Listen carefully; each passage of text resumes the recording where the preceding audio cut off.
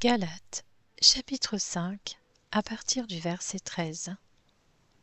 Frères et sœurs, c'est à la liberté que vous avez été appelés. Seulement, ne faites pas de cette liberté un prétexte pour suivre les désirs de votre nature propre. Au contraire, soyez par amour serviteurs les uns des autres. En effet, toute la loi est accomplie dans cette seule parole. Tu aimeras ton prochain comme toi-même. Mais si vous vous mordez et vous dévorez les uns les autres, attention, vous finirez par vous détruire les uns les autres. Voici donc ce que je dis. Marchez par l'esprit, et vous n'accomplirez pas les désirs de votre nature propre. En effet, la nature humaine a des désirs contraires à ceux de l'esprit, et l'esprit a des désirs contraires à ceux de la nature humaine. Ils sont opposés entre eux, de sorte que vous ne pouvez pas faire ce que vous voudriez. Cependant, si vous êtes conduits par l'esprit, vous n'êtes pas sous la loi.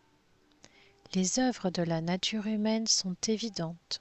Ce sont l'adultère, l'immoralité sexuelle, l'impureté, la débauche, l'idolâtrie, la magie, les haines, les querelles, les jalousies, les colères, les rivalités, les divisions, les sectes, l'envie, les meurtres, l'ivrognerie, les excès de table et les choses semblables. Je vous préviens, comme je l'ai déjà fait, ceux qui ont un tel comportement n'hériteront pas du royaume de Dieu. Mais le fruit de l'esprit, c'est l'amour, la joie, la paix, la patience, la bonté, la bienveillance, la foi, la douceur, la maîtrise de soi. Contre de telles attitudes, il n'y a pas de loi.